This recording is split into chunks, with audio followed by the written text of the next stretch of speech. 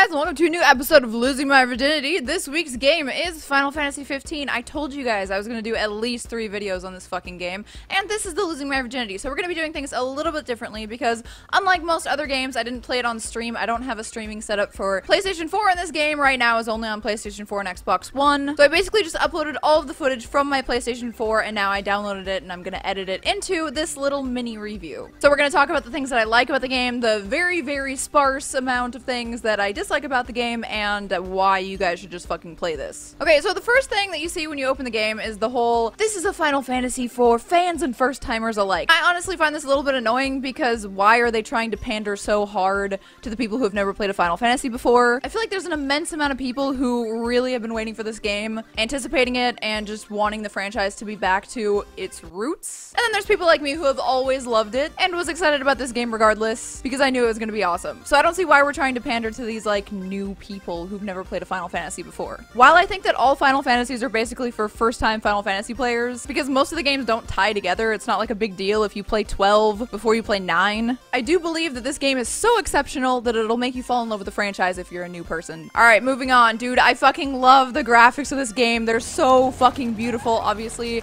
there are flaws in the lighting randomly and random little glitches like every other game in the world, but this is one of the best looking, most amazing, most realistic hand movements and all that stuff game I've ever played. It's so fucking pretty. I love it. It's just amazing. The combat style is awesome as well, something I love about it. It's more like 12, but even better. The way you kind of just summon weapons and all that stuff, it's really, really cool. Something I don't like about the equipment system is that when you're equipping a weapon, you can't see what it looks like before you use it, and all of the weapons look so different that it is kind of imperative to see that. They have a bunch of aesthetic things like different outfits and things that you can wear. Why wouldn't they show you what the weapon looks like? Also, I wish the accessories actually showed up on the characters, but that's fine too. I love the 4 main characters. I think they're amazing. Each of them have something unique about them that I really like and enjoy, and even though I'm not like attracted to someone like Promptu, I still think he's a really funny and interesting character, very much like myself, always taking pictures and, you know, being really blonde. I think they're all huge individuals, and I love the banter between the 4. It's really fun. I wonder what sort of meat they use here.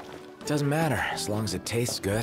I love the whole premise. I love, so far, the story. Everything is very interesting. A lot of the times when Final Fantasies get too political, it can kind of be boring, and while this is a political Final Fantasy, at its core, it's not. It's kind of just about 4 friends road tripping somewhere who happen to have to do something a little bit more important than road tripping. The chocobos look amazing in this game. The chocobo mounts, the fact that you can customize them a little bit, the fact that you can customize your car, the way the car works, you can drive yourself around, or you can have Ignis drive you around. It's kind of like the fast traveling option. You level up your chocobo, you can do chocobo races. It's like everything you've ever wanted in this game, in a Final Fantasy, is in this Final Fantasy. But the one thing that bothers me the fucking most about this goddamn game is the fact that when you walk in the sand at the beach, you don't leave footprints. What? With all of the marvels and awesome graphics in this fucking game, they couldn't do that. They couldn't do that. Why? Why?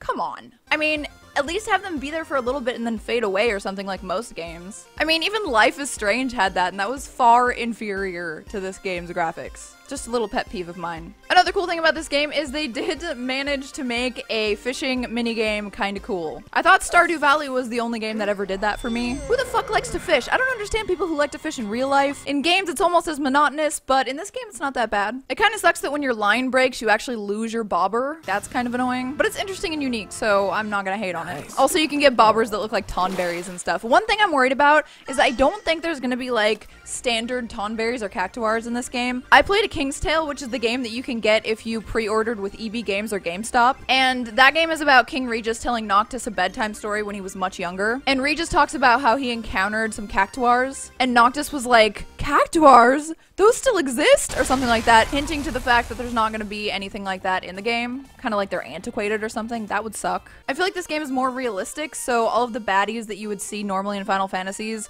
are a little bit more realistic looking. Even the chocobo babies are a little bit more chicken-like. You see this, Noct? What about it? And I'm hoping that they do add some of the fiends that come out at night that actually just remind you of the whole Final Fantasy franchise. And you know in the tutorial, that weird cat thing that texts Noctis? Is that supposed to be a Moogle? Like a realistic sand cat Moogle?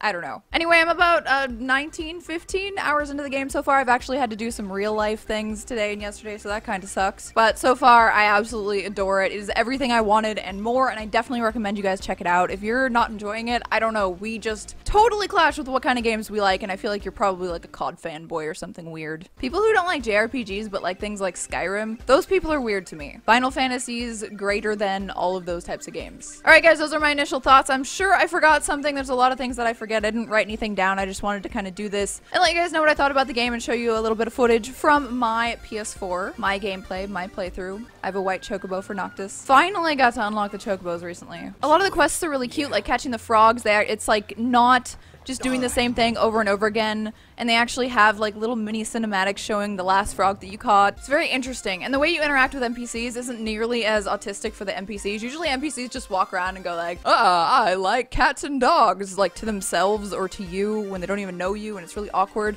But it's better, it's like you're overhearing people. At the same time, I kind of miss the fact that you could like talk to everyone in RPGs often, especially in Final Fantasy, and you can't talk to the dogs that are just laying around. That's sad. But you can give chocobos a hug. That's another good thing.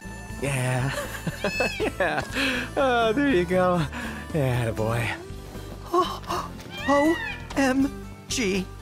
Most adorable bird ever. Alright guys, I hope you liked the video. Don't forget to give it a thumbs up, subscribe, and check out the 2 other videos at the end screen here that might already be here. I don't know if it is. If not, it'll be up at the last 20 seconds of the video. Let me know what you think of the game, and I hope you enjoyed. I will see you next week with another Losing My Virginity. Back to normal. Actually, I might be not going back to normal. I might be doing a Losing My Virginity of King's Tale. We'll see. That was definitely worth the pre-order, by the way. Such a cute little game. Beat it in 2 hours, but there's extras after you beat it. Oh, and one more thing. There's also arcade minigames inside the game. Always gotta love that shit. I'm so glad this game is finally out. Oh, and on Sunday I'm gonna have the unboxing of the collector's edition, so stay tuned for that. Bye guys. Happy chocoboing. Quack! I knew I would stop recording this and then think of a bunch of different things, and I did. So another thing that I like about this game, I don't want to like make this so half-assed that I forget like all the things that just came to mind while I was editing the video. So another thing that I like is the fact that they left Cindy sexy. Cindy, Sid's grease monkey granddaughter. I remember like a few months ago, maybe it was a year ago,